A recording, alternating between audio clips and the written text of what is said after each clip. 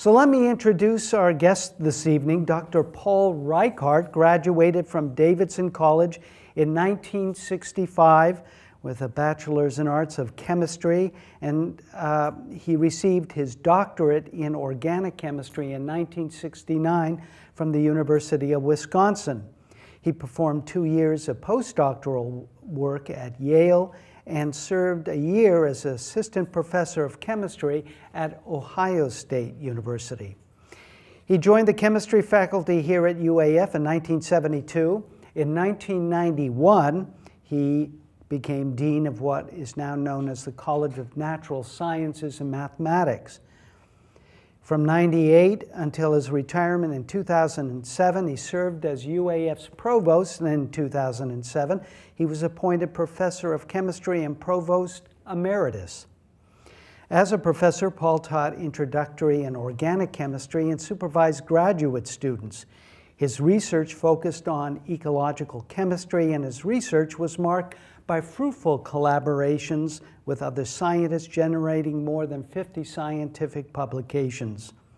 As an administrator, he was known for his abiding interest in students, cultivating new academic leaders, and attracting young people to the sciences. He served as a member of the commission that is responsible for accreditation for colleges and universities in the northwest portion of the United States. The Reichardt Building, as you might have guessed, is named in his honor, and the University of Alaska Foundation honored him with the Edith R. Bullock Prize for Excellence in 2007. He donated half of that amount to UAF's Provost Fund for Excellence. Dr. F. Stuart Chapin III, or better known to his students, colleagues, and friends as Terry Chapin, received his undergraduate degree in biology from Swarthmore College in 1966, his PhD in biological sciences from Stanford in 1973. In between those academic pursuits, however, he went into the Peace Corps and served in Bogota, Colombia.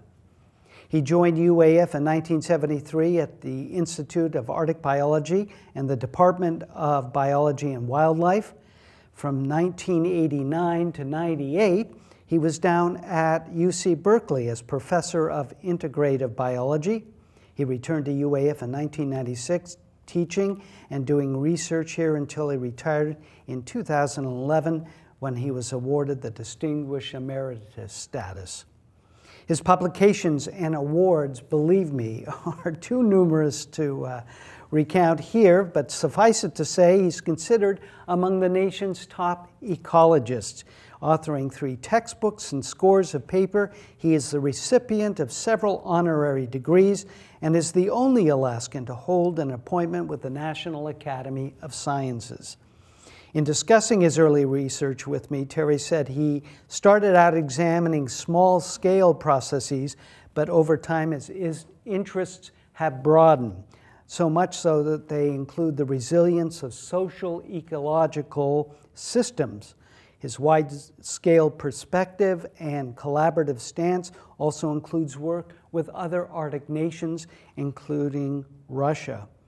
Like Paul, Terry's academic career has been marked by supporting budding scientists and explaining the importance of research to a wider audience. Please help me welcome Paul Reichardt and Terry Chapin.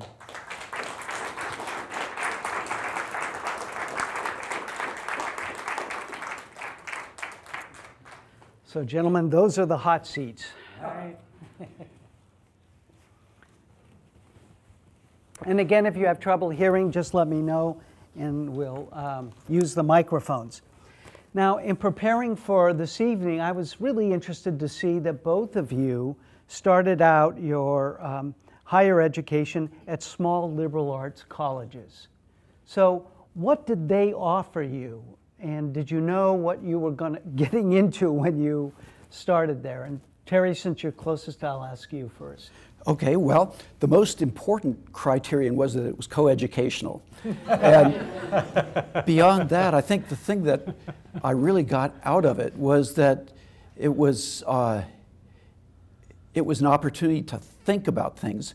I don't think we were ever taught facts, or at least if we were, they weren't important. It was the whole goal was to help us learn how to think and to work through problems, and that's something that's been important to me ever since. Paul, how about you? Well, I guess since I went to an all-guys school, not the same motivation as Terry, but I don't know, on the lighter side, maybe the motivation was that Davidson back then had a really crummy basketball team. I thought maybe I was good enough to play. That didn't work out, but it was a wonderful place, and I think like Terry's experience, mine was that was a place where you were challenged to think. It was a place where faculty members were in some sense friends and colleagues, and in my case, it was a different part of the country that I found to be really an important part of my education. Life in the Southeast United States in the 60s was pretty interesting. Now, when you entered Davidson, you weren't thinking about being a chemist, were you? No, I wasn't. I intended to be an engineer, and Davidson had 3-2 programs that. Two of them were, that I recall, one was with Columbia, one was with Georgia Tech. And I thought I would go to Davidson for 3 years in one of those two places. But I took freshman chemistry and kind of was enthralled with that, and just really enjoyed the college. And so never quite got around to engineering or one of those other places. And didn't look back. No, no. Terry, in between Swarthmore and Stanford, you went into the Peace Corps. What drove that? Well, several things. First of all, I felt like I'd been going to school forever and I needed to do something different. And I wanted to do something to give back rather than just being the recipient of interactions in education. And it was a chance to do something new and different with my new wife, who I married 2 weeks after we graduated.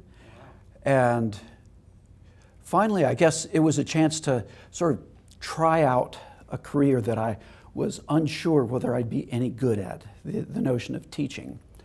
So I was in a program where we were teaching biology to high school teachers and education majors.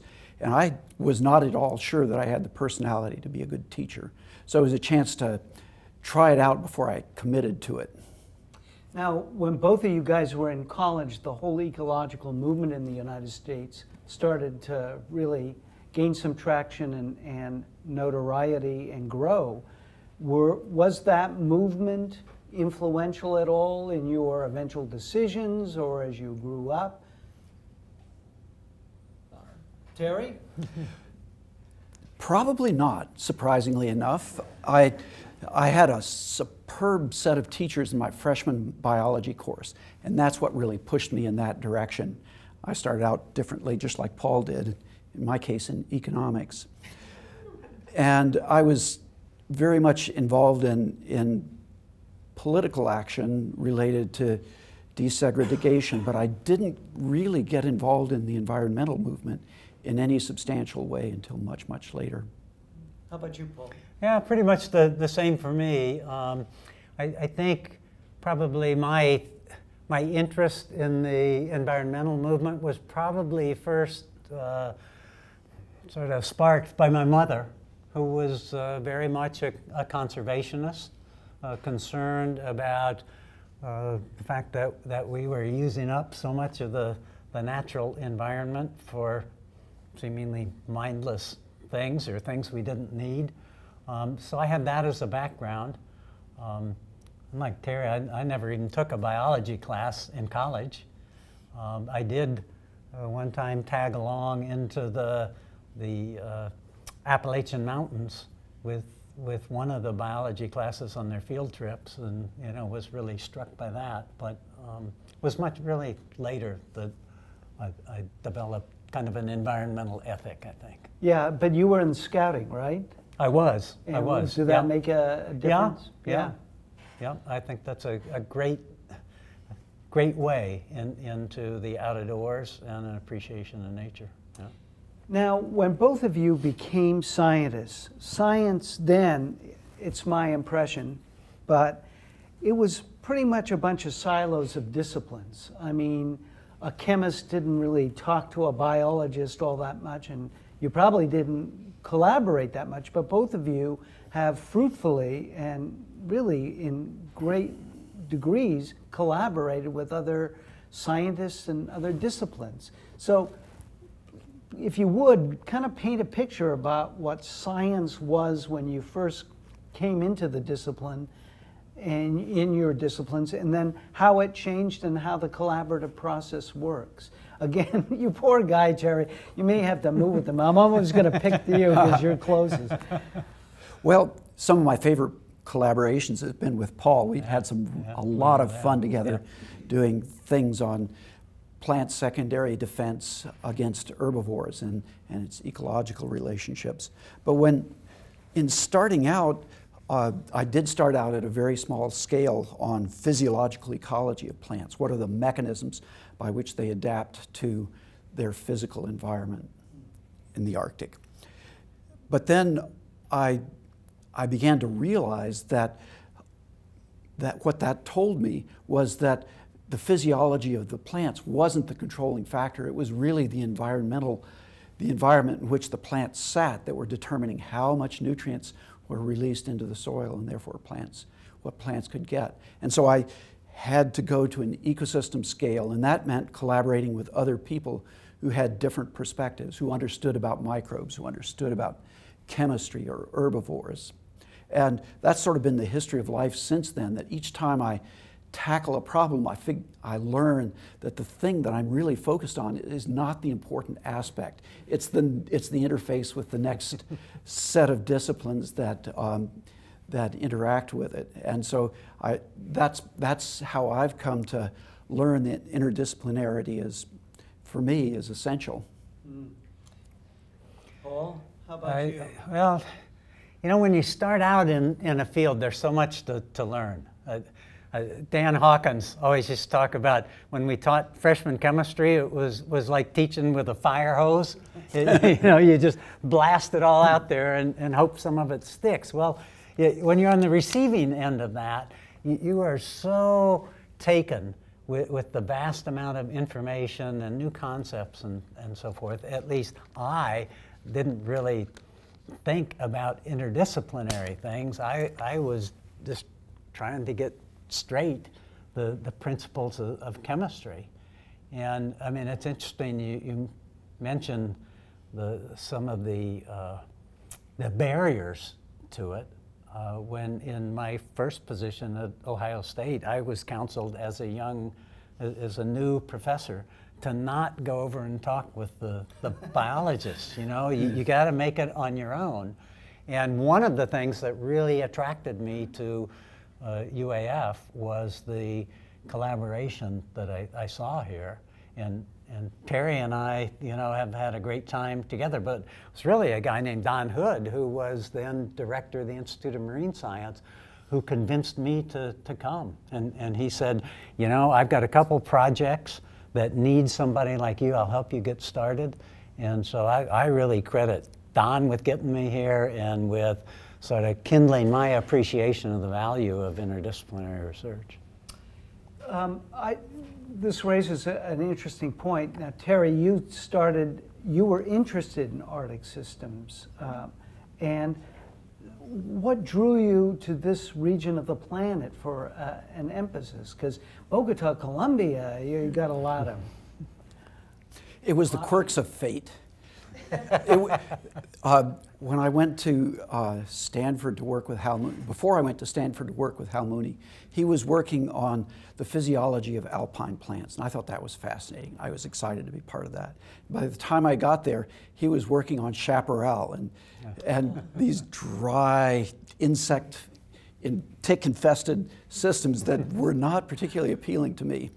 But at one point, a University of Alaska faculty member for whom Hal had been a committee member came through Stanford and came to a party that Hal gave, and we ended up talking about things. He had stopped there in part to get to persuade Hal to come to Alaska and be part of the revegetation efforts associated with the pipeline that was to be built.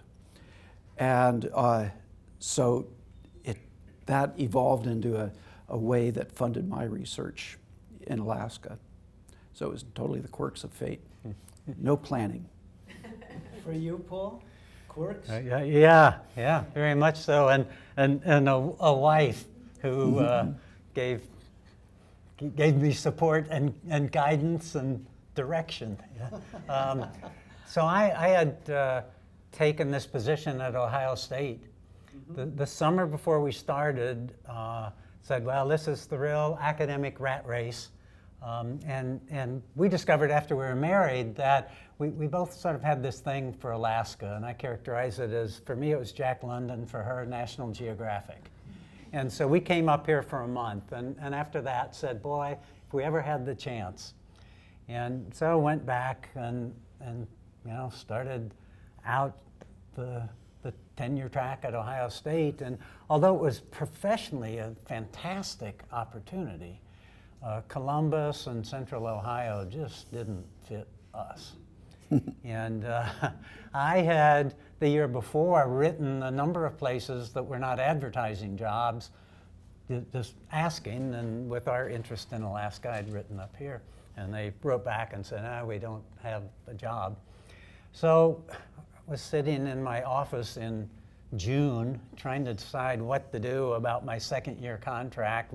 Terry and I were both really unhappy with the personal situation there. And so here comes this letter forwarded from Yale. It was from up here, from the chemistry department, and said, you applied last year, we didn't have a job. We thought you sounded interesting, so we kept your stuff. Are you still looking? And so they wanted to hire me sight unseen. And I said, I can't do that. I got a good job, but I'm interested. And they said, well, we fund lots of summer vacations for would-be job seekers. So tell you what, if you pay for your wife's plane ticket, then we'll cover all the rest of your expenses if you come up here. And so we came, and I ran into Don Hood, and that's how I got here. Yeah. Now, you both started roughly at the same time. Mm-hmm. Give us a picture of what the departments were like when you arrived here, and what were the big problems people were working on. I'll pick on Paul first this time, because he actually arrived just a little bit before you. Yeah. But actually, we started, although we didn't collaborate at that time, we started out within one set of stairs of each other. Mm-hmm. Chemistry was by and large the third floor of the Bunnell building, and biology and wildlife was the second floor, and then I guess there was already Irving, right? So that was the research part. But anyway, we were there, and it's a different place. I set up my research in the organic teaching lab, which meant I would set up experiments, do them, and have to take them down before the next class met in there. We shared, our instrument room was shared with the with the planning department, and at that time they made blueprints in a process that involved using ammonia, and so you learned all the characteristics of ammonia in the various spectra that you would run, because that was always part of the background, as they pumped ammonia and cigarette smoke over the partition. So it was really a very, very different place in terms of chemistry. Mm-hmm. and a very small department. There were 5 of us then, and probably 15 undergraduates and 1 or 2 graduate students. And I mean, 3 or 4 times that night. Yeah, it was, and that was a neat part of it. Terry, smell of ammonia walked through the halls at that point?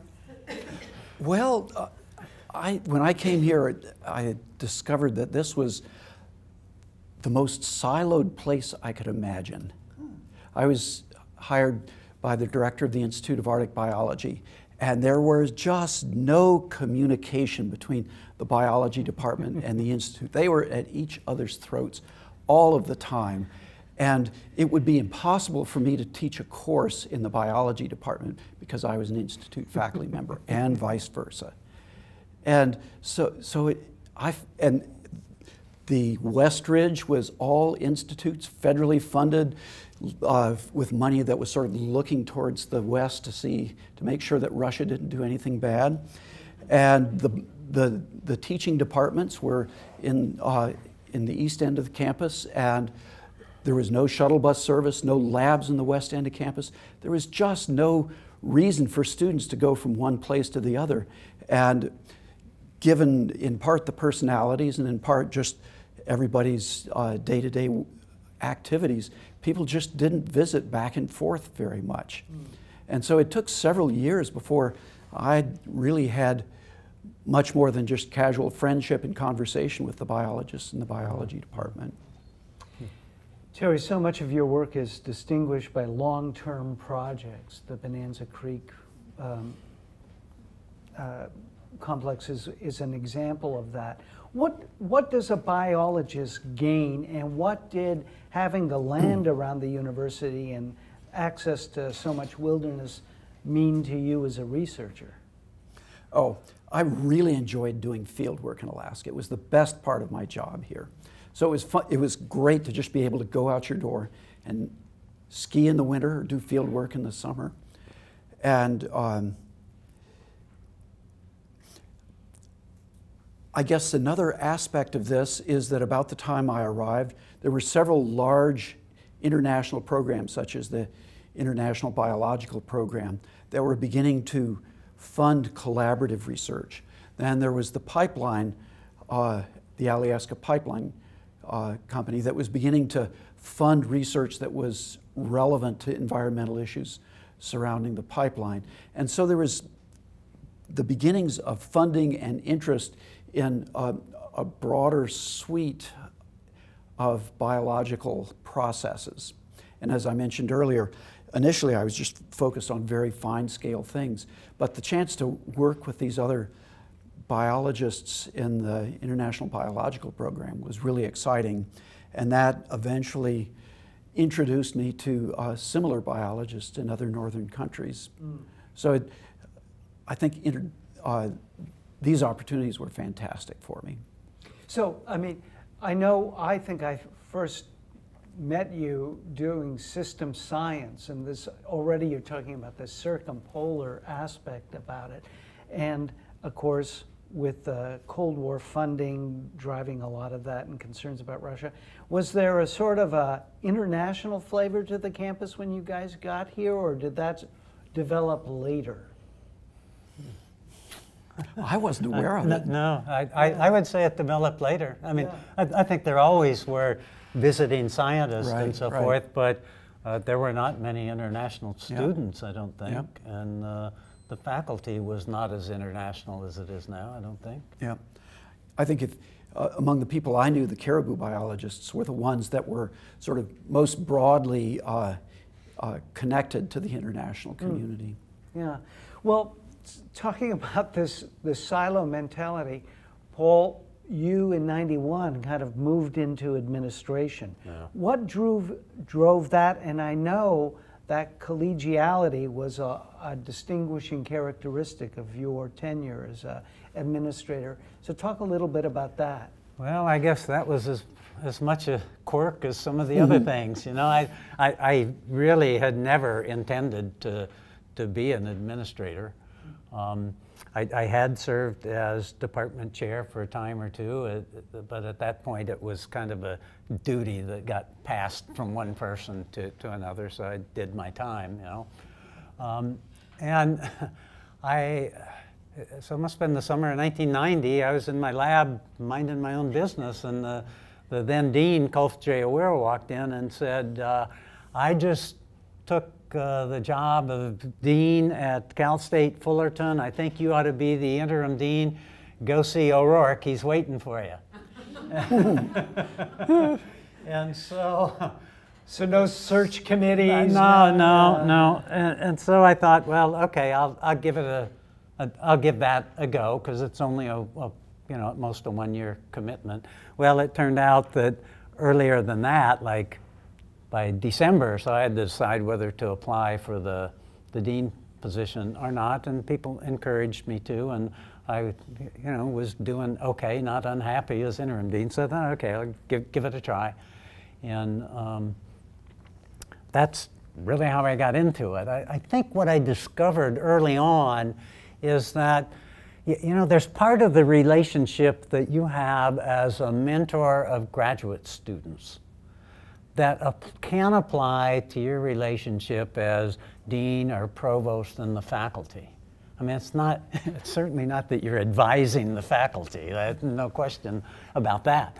But you are in a position to enable faculty to do things, to sometimes see things beyond where they're looking. And so, I said I've really enjoyed mentoring graduate students, and I think there's an element of that I would enjoy as an administrator. Terry? Just from, as a faculty member, I really appreciated the things that you and your colleagues as administrators did to create that sort of collegial atmosphere at the administrative level. Earlier on, my experience had been that administrators were people that largely sort of kept the lid on things in ways that tended to reinforce the siloed mentality of departments. And by the 1980s, I think there were lots of people who were talking across departments, just the way you and I did, with ecological chemistry. But I think about the time you became dean and later provost, this sort of atmosphere of collegiality that was emanating at the top really did a lot, I think, to sort of make the university a much more collegial place. When I was at Berkeley, there were lots of interesting and exciting faculty members there, but everybody was always looking over their shoulder and trying to make sure that they were doing as well as somebody else expected them to be doing. And there wasn't much of an atmosphere of collegiality except in sort of one-on-one or two-on-two collaborations among faculty members. And I felt that the University of Alaska was by far a much more collegial atmosphere than I knew about in other universities. Yeah. So I really appreciated the kinds of things that happened at the time that you were dean and provost. I don't know how it happened, but it really happened in a magnificent way. Yeah. Well, let's talk a bit, and then we'll get to Berkeley, but let's talk a little bit more. At around 91, when you move in there, the sort of worst of that economic downturn had occurred.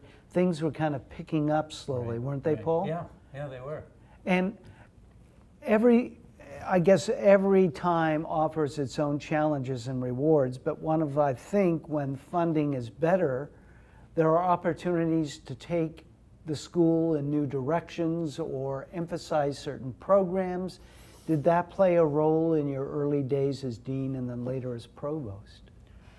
Yeah, I mean, certainly when there's new money available, there are opportunities to do things.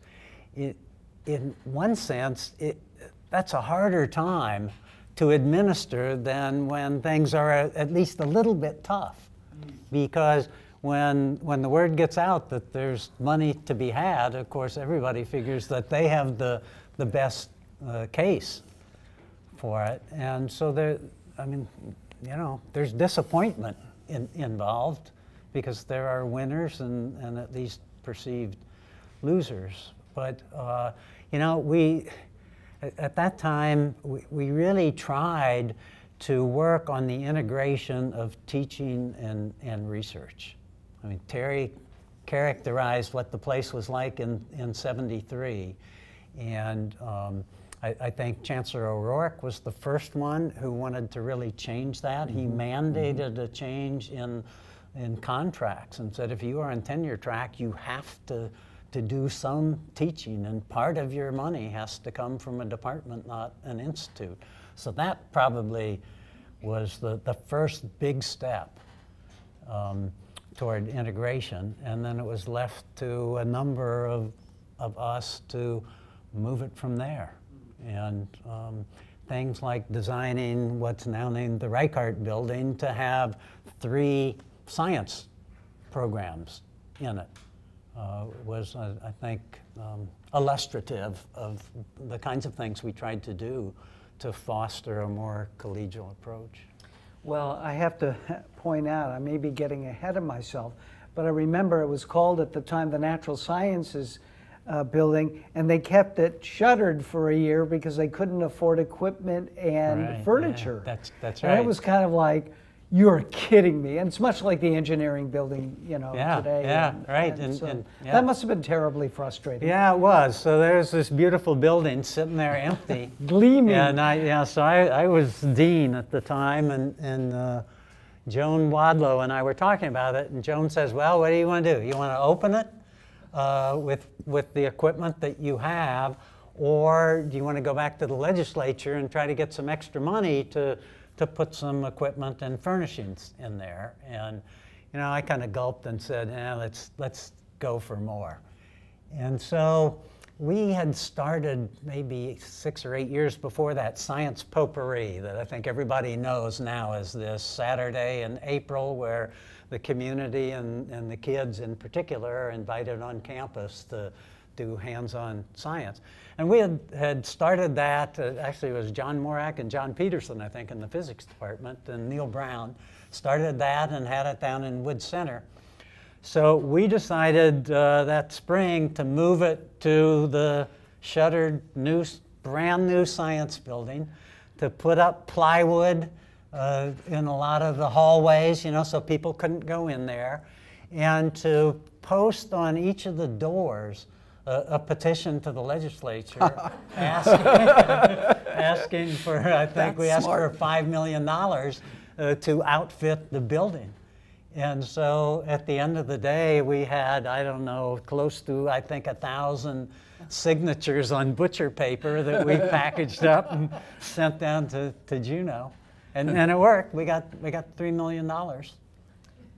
Well, I guess you have to be kind of creative and think outside the box sometimes. Yeah, it helps. It helps.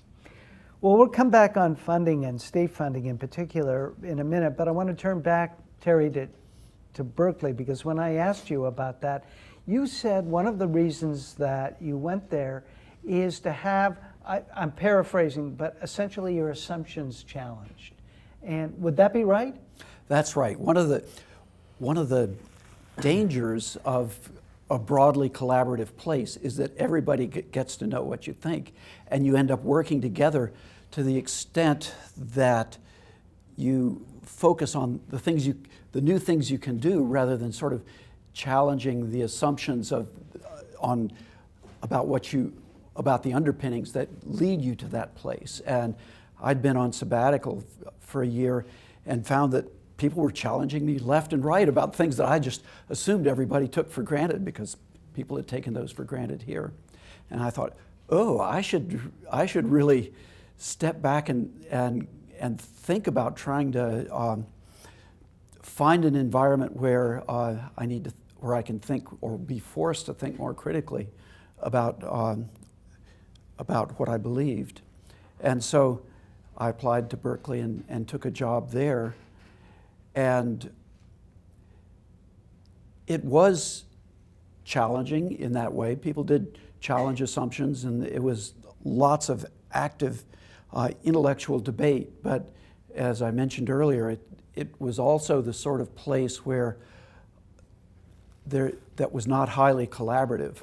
And the thing I had most come to enjoy about the University of Alaska was that everybody that I interacted with was excited about what they were doing, was excited about sharing ideas, and just had a lot of fun talking and doing things together. And that was not the atmosphere that I found at Berkeley. So when I had a chance to come back, I was glad to do so. There's an aspect of play, I think, at work there, what you're talking about, that ideas are in play and that you're not so deadly earnest that some of that life is strangled in the crib, as it were. Well, I know in much of your work today, resilience is a key part of that, and we're in a time of change. How did you come up with this sort of driving interest, and at what scale are we talking about in your work about resilience?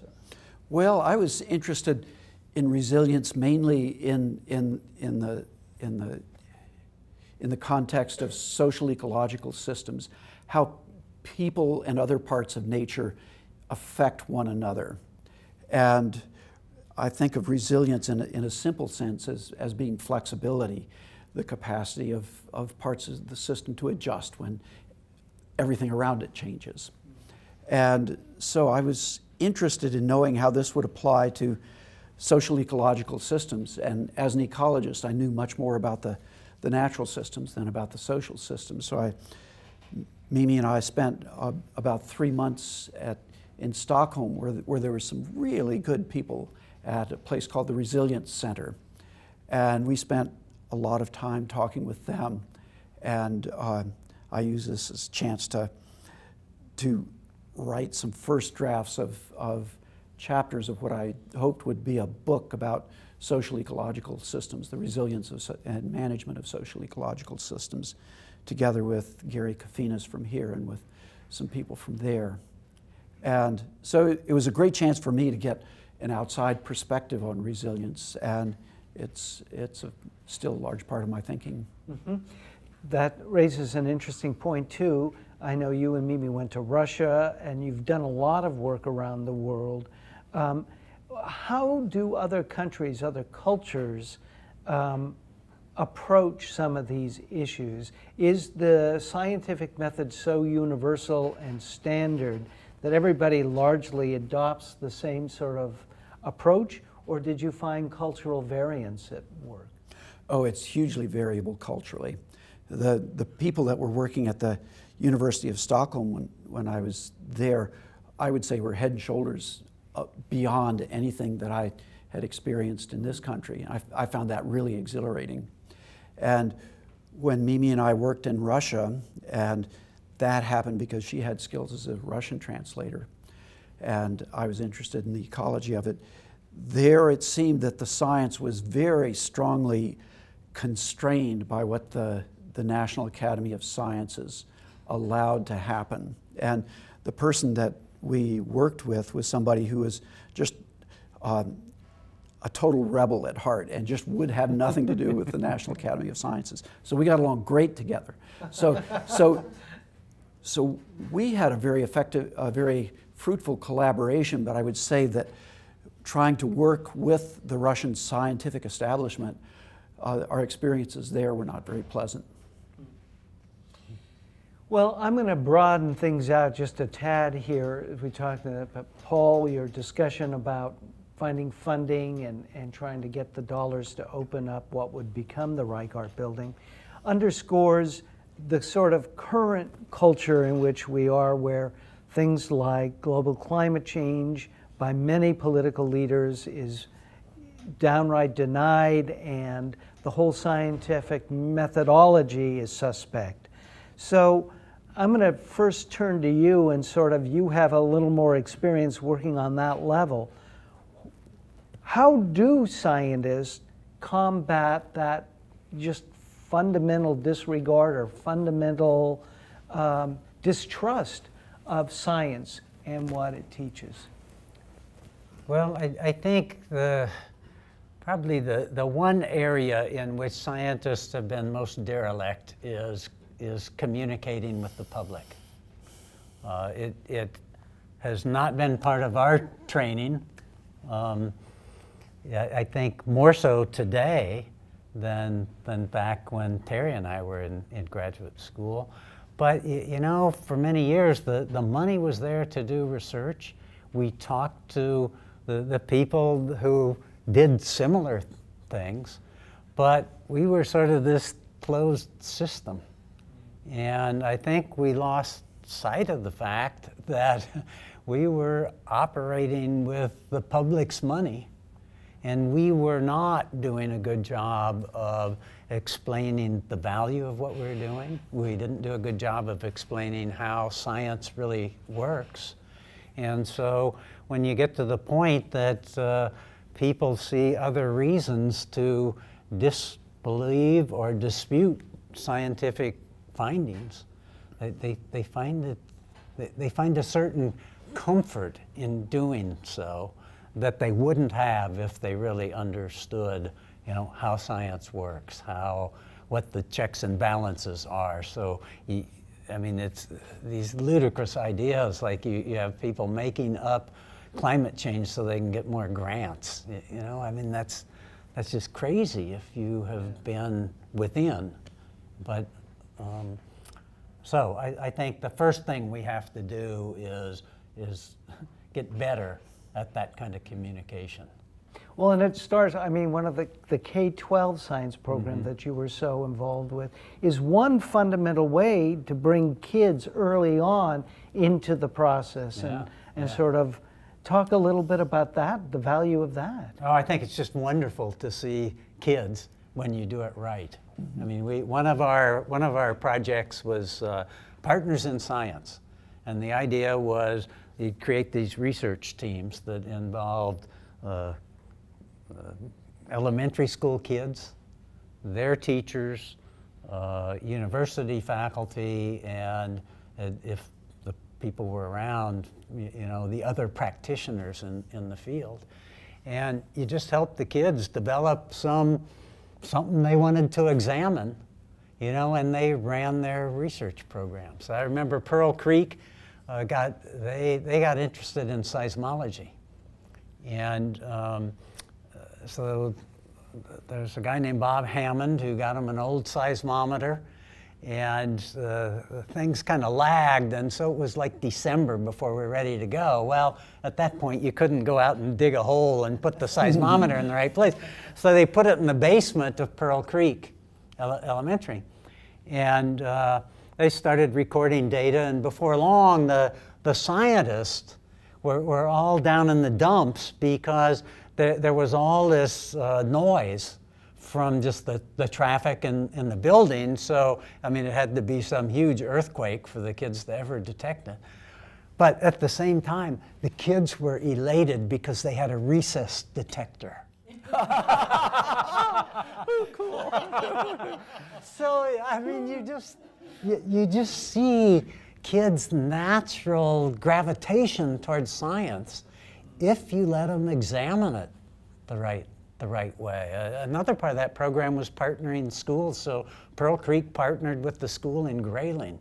And the kids in Grayling were studying blackfish, these little oily fish that can be frozen, you know. I mean, they just freeze solid in winter and come back swimming in the spring. And I guess at times they have been the lifeline for some of those native villages when the salmon didn't come. So anyway, the kids were studying those. And we had them all set up on email so they could go back and forth. Well, the Grayling kids were coming to town, and unknown to all the rest of us, the kids had worked out this smuggling operation where the Grayling kids brought these blackfish in Ziploc bags, you know, violating all kinds of USDA and FAA rules, smuggled them into Fairbanks to show them to the kids here. So, you know, that's the kind of thing that we need to do. And if we do that right and we do it across the board, we will change the attitude toward science, I think. Yeah. Terry, I know in much of your research you work with Native communities, and part of your resilience when you talk about the social aspect are these communities. For thousands of years they survived all this, but now they're rooted in place, aren't they? And exercising that resiliency that they cultivated over the millennia is a little more tricky now. How do you work with these communities in your research? And I know there's sometimes subjects, but there are also partners too, aren't they? Yes, well, I feel like I'm very much at a steep point in the learning curve right now, and that I need to learn a lot more from them before I'm in a good position to understand what to do. So our approach has been to go to communities, ask them what barriers they see to their visions for self-reliance, for empowerment to create their own future. And then given those visions of empowerment or self-reliance, are there any aspects of that where the university could play a constructive role and help them out? So try to work out a relationship with communities such that they're determining the goals, they're determining the process of interaction, and the university's helping out in those situations where the communities feel that we have something to offer. And I think that's an exciting thing to do, but it also means that as a researcher going into those conversations, I can't go in with a plan because I'm asking them to come up with the plan and then for us to work with them. So it's been very much a case-by-case kind of activity. In some communities, we end up working on bridging the communication between the communities when their subsistence fishery gets shut down and the Department of Fish and Game that's made those decisions to try to find a workaround that meets both of their needs. In other cases, it's issues of relocation. In other cases, it's issues of renewable energy and getting away from fossil fuel dependence in villages. So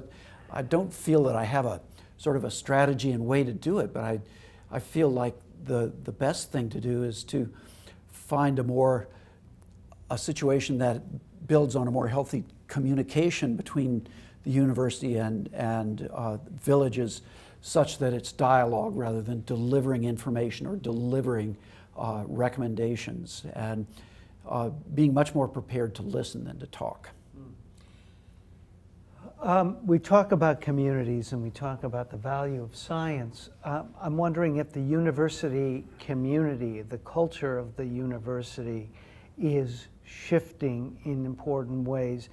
Of course, Wendy Redman, who was up here not long ago, identified me as a liberal arts guy, and that's why I think this way. But so I'm interested in what scientists think.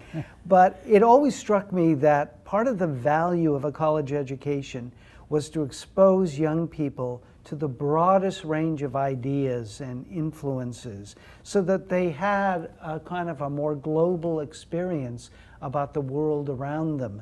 And it strikes me that as dollars dry up, new strategies for surviving are being adopted by leaders to sort of target those practical endeavors, those occupations that, for example, the state needs. Rightly so, we help train that.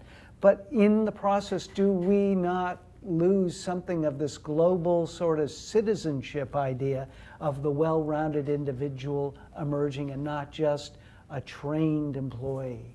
So I don't know from your perspective, this could be the liberal arts, paranoia at work here, but what does it look like from you, and how does the university community evolve and develop it thing? And I'll pick on Paul this time first. Yeah. Well, I think a university like UAF has to kind of look at it in two different ways, or sort of two different things you're trying to accomplish. For the traditional baccalaureate student, I agree 100% that a broad educational background with lots of focus on critical thinking and creativity and so forth is exactly what we need to prepare those students for the lives and the kinds of jobs that they're going to have. However, there is also this need for post-secondary training for our economy. I mean, one way to look at it is when we graduated from high school, probably the top third of our graduating classes went on to some kind of post-secondary education. Now it's more like 2/3. And that's a different group of students. They have different aims in life, and they have a need for a kind of education that I think is a bit different from the baccalaureate. Now, even the accreditation agencies make clear that there has to be some breadth to that. That is, even if you're going to get an associate degree in aircraft maintenance, there are requirements for communication, for quantitative thinking, for the liberal arts. So it's not like it's completely ignored, but it's kind of at a different level and different emphasis. So I think because of that, university like UAF has to be thinking in both those terms. Jerry, any thoughts on that? Well, it strikes me that one way to maintain breadth and to have a substantial competence in the skills that are needed to underpin that is to focus on the opportunities for younger faculty members. I think that the people who are the real engine for ingenuity innovation at the university are people in their first 5 or 10 years as faculty members here.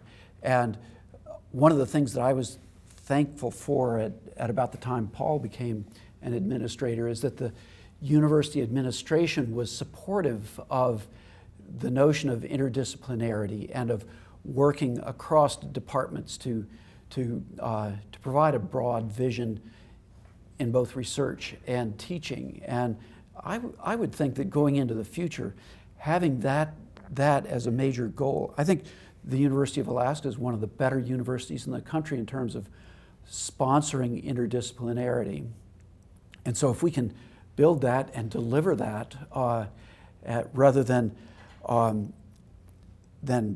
squashing it at an upper level which sometimes happens within silos, then that would be a great goal for the university. But I think Paul's also right in the importance of just being able to train students who want to just develop practical skills to be able to have the depth of those skills to be able to do it. And again, I think young faculty members, well, clearly they have more skills than people like me who've forgotten how to do any of that stuff. and so I think they're also in a really good position to be able to provide skills. And another thing that strikes me as a real opportunity, and maybe an underdeveloped opportunity at the University of Alaska, is to take better advantage of the rural college system. Those rural colleges are really focused on providing skills that students need to learn in order to be able to do a job. The sorts of things you were talking about with aircraft maintenance or accounting or ethnobotany or whatever it is. And so I think if we've got a structure there that's been honed to be able to deliver those skills in local places rather than expecting everybody to come to Fairbanks or Anchorage or Juneau. So I think Alaska has the resources and the potential structure to be able to do both of those things well. But I'm not sure that I don't know whether there's a strategy in place to be able to do that. Well, finally, I can't leave you without acknowledging the rich contributions you make to the larger Fairbanks community. You're both extraordinarily active in the community, in the arts and other enterprises. And I just wonder, it strikes me, I came from the Bay Area, and so Berkeley, there, in one way, there was a real town-gown divide in the sense that, you know, the University of California, Berkeley was its own entity. It was quite, but it's always struck me, and whether it's the foundation of the university, the town-gown divide hasn't been marked here. How important is it for faculty and researchers to have a broader sort of engagement with community in their careers, do you think? And Terry, poor guy, you're here. So. Well, I think it's really important because, especially at a time when the state economy is in trouble, I think it's important that the university demonstrate its utility to the rest of the state. And so part of that means developing an effective dialogue with the general public. At another level, the thing that has kept me in Alaska more than anything else, I think, are the people and the friends we have in the community.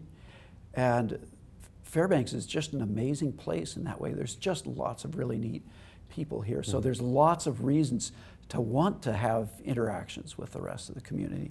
And then there's so many things you can do. Playing music, going to carve ice, go to concerts, whatever. Yeah.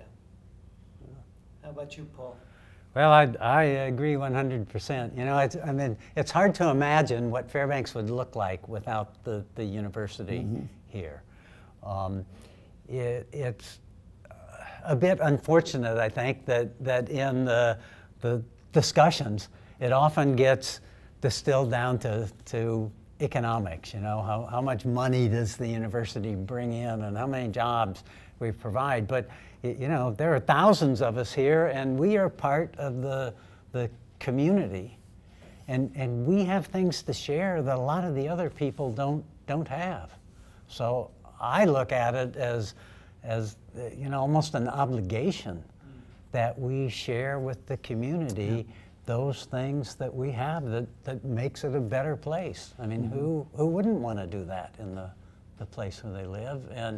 And you start doing that, and you run into the people, and you become convinced, you know, this is the place for me. Well, that kind of wraps up the main questions I had for you at this point. Usually we open it up for the audience to pose questions, and so what I'll do is, when you ask her, you know, I'll repeat it because it's hard for the videotape, for example, to pick up some of that, and it may be harder for some members of the audience. Don, I see your, yeah. Yeah, what Paul mentioned there about the importance of science, and it also applies to the humanities. It's igniting that curiosity in the student, and that curiosity often comes from the instructor, the teacher, the professor, that ignites that curiosity and then can work to enhance that balance, that dichotomy between depth, vocational, silo mentality, you gotta learn how to do this because you need the money, to what's the world like and how do we exist in it? And I wonder, how do we, in a time here with, and Paul raised Robert raised the question, in the absence of money, finance, people get a little desperate. How do we ignite and keep igniting that curiosity to see the value ultimately in our total lives, as well as the financial earn food on the table sort of thing? How do we do that? So in times of economic scarcity, how do we keep wonder alive in the university? My sense is that the most precious commodity is time and not money. And at times when there isn't money, then I think one of the foci of the university might be to look for ways in which each faculty member and each student can make the most effective use of their time. And oftentimes it's going to be doing the sorts of things you were talking about of broadening out, doing things in the community, doing things with other faculty members and students who have different perspectives. I guess I would add to that, the university is made up of wonderful people, and they are no better or worse depending on the budget, you know? So it really becomes a matter of perception and morale. And if the faculty is really focused on students and the exploration of ideas, you figure out ways to do it. And I think, I mean, I think part of our experience in research is probably when it seemed like funding was becoming most tenuous, we were most disciplined in the way we spent our time and energy and the, you know, the questions we ask. So to a certain point, difficult financial times can be beneficial.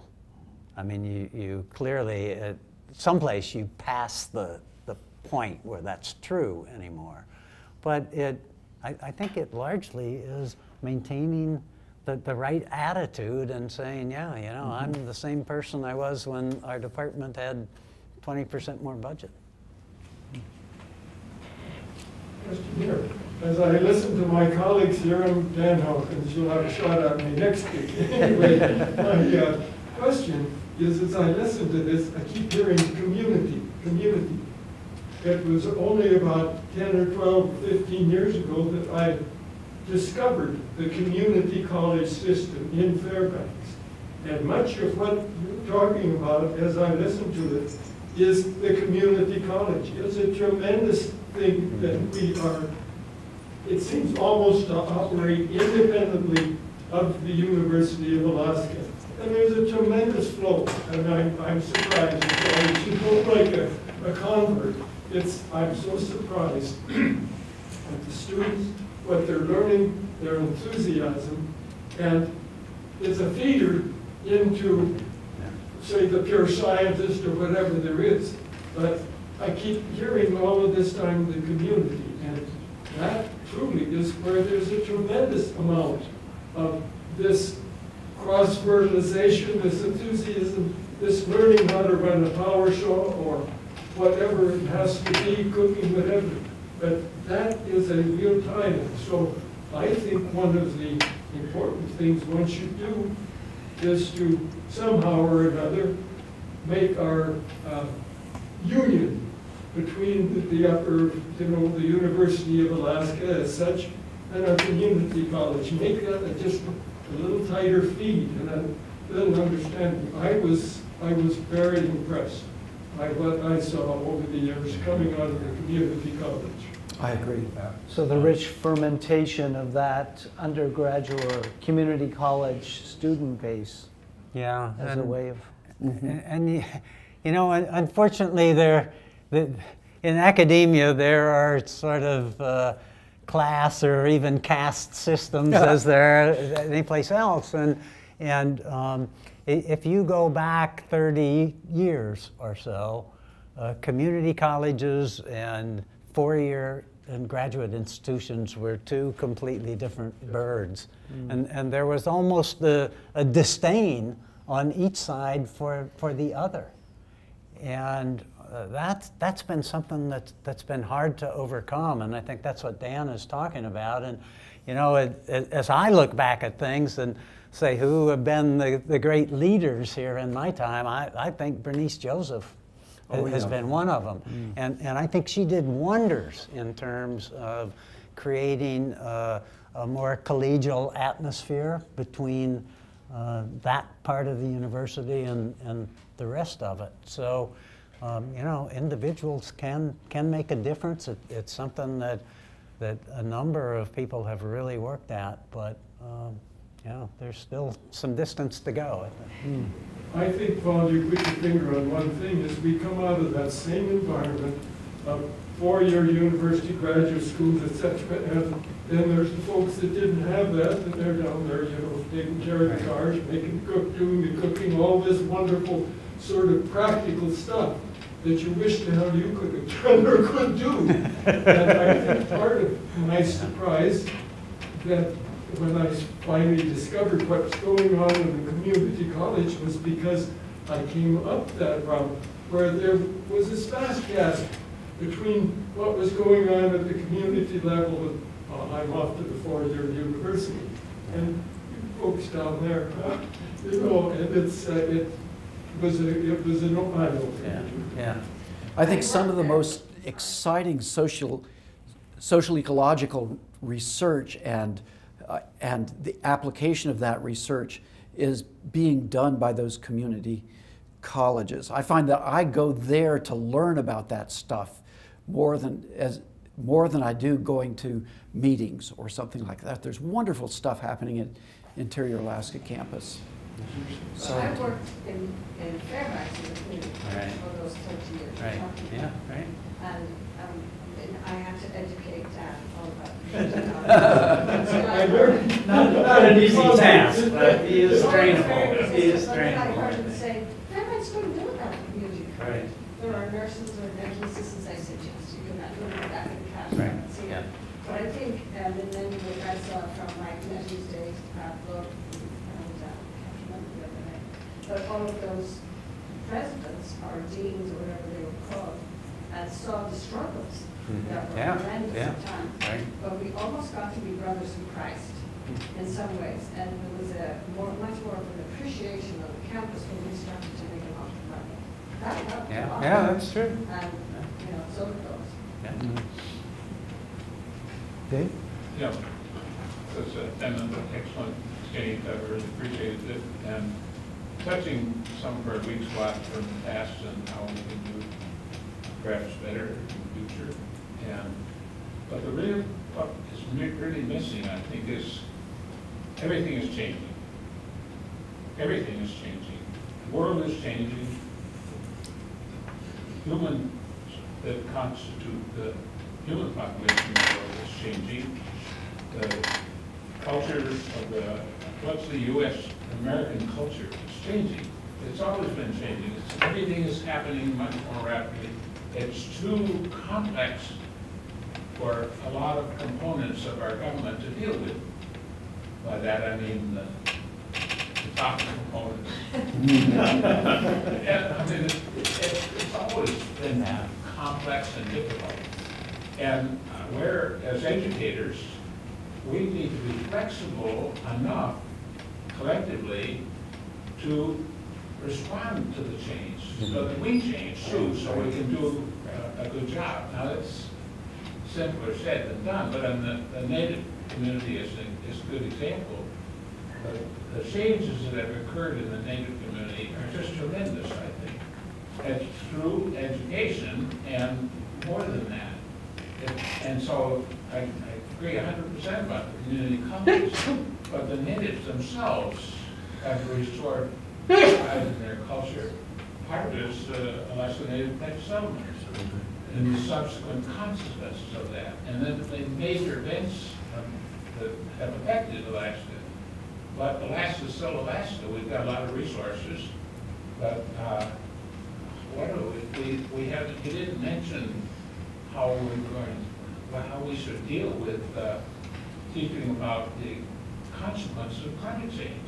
Well, we obviously don't know enough yet to do a good job of teaching, but we should know enough that we can teach knowledge about climate change so that it might do a better job of convincing the deniers, and I'm talking about the voters, because, you know, it's at least 50% are deniers of climate change, and that's so inhibiting to doing anything about it. I mean, so I guess let these guys jump in on that. So I mean, obviously, Terry, I mean, your research into resilience in some degree touches on this aspect of, doesn't it? Well, I was going to say that I think there's a substantial group of researchers here at the University of Alaska that have thought really deeply about how to communicate more effectively about complex issues like climate change with the general public. So I think the University of Alaska could provide a real leadership role here. In the past, I think the scientific community has in part done a disservice in indirectly fostering this attitude of climate denial, because when we talk about the problems of climate change, and this makes individuals feel guilty, they feel like there's no way out, there's nothing that can be done, and they disengage. If we can find a more positive way to frame the issue so that it begins to focus on solutions and begins to focus on what people can do, then I think you begin to get people engaged in wanting to think about the problem at least. So I think there's ways in which the universities in general, scientists in general, can do a much better job of fostering a willingness to entertain issues of climate change. And some of the people at the University of Alaska, I think, are in an excellent position to guide the rest of us in how best to do this. And again, I think it's many of the younger faculty members and graduate students that are really have exciting ideas about how to do this. There's a really interesting group of students and faculty that have been getting together weekly this summer around these issues of communication of climate change. And it's been absolutely enlightening to me. I agree with that. That was all the work. The knowledge is not in the present faculty alone. It's all this input that we're getting. We're getting students from all over the world, especially at the graduate level, and they bring a lot of knowledge that can share with us as we are sharing with them. And I see another aspect of collaboration and integration in it, and climate change is probably the biggest topic right now, but you can go to use and misuse of antibiotics, or CRISPR and gene editing and so forth. So we're faced with a number of these things that are coming at us. They are scientific in some sense, but their implications are so broad that we, I think, need to foster a teaching and learning environment in which those things are addressed across the board.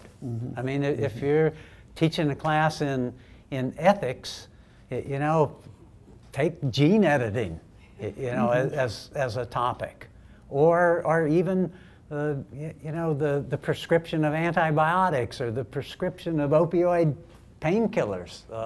That there's every bit as good a reason to teach that in a philosophy course or an economics course or a public health course as there is in biology or chemistry.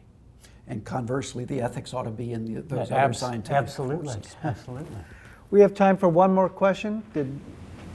Well, I was the beneficiary of spring of '76, I think, having the integration of chemistry with biology, because chemistry, my first freshman semester, was taught as totally abstract. I worked hard and barely scraped by with a C. And then I had Dr. Reichardt, and he was using constantly examples. Like, I don't remember what was chemical about the red tide, but he brought it up, and it made it make sense to me that it was applications all the time. And there are some people, abstract is just great, but there are a lot of us who just cannot grab onto something that's abstract. So I appreciate that. One of the things that comes up with, unfortunately, economics and the feelings in the community, as I understand it, when we have balances of the expense of science or anything at the university. So education is expensive, try not educating, right? But one of the examples is the new engineering building. And some of us get the impression that here's this multi-million dollar building at the expense, perhaps, of raising tuition every year or two.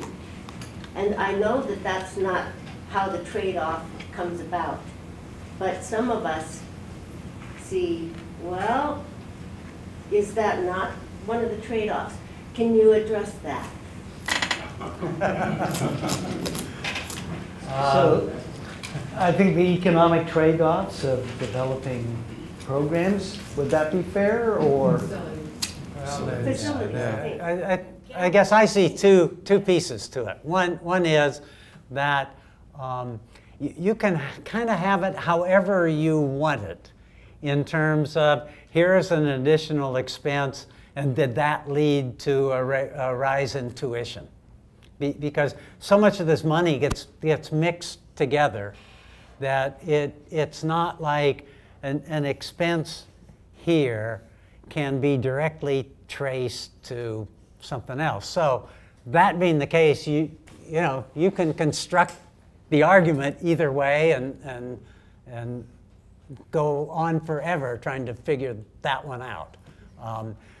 So I'm not sure I can help out with that. With respect to why put all the money into, say, an engineering building as opposed to just saving the money and maybe reducing tuition. I think any university, but particularly a university, public university in Alaska today, has to decide what are its strengths, what are its obligations, what are its capabilities. And so their decisions have to be made to focus here. And although you may not like what it means for other areas, you have to take that as part of the cost. So the important thing is to have a really healthy, open discussion within the university, and in some cases, within the community, about what the priorities are.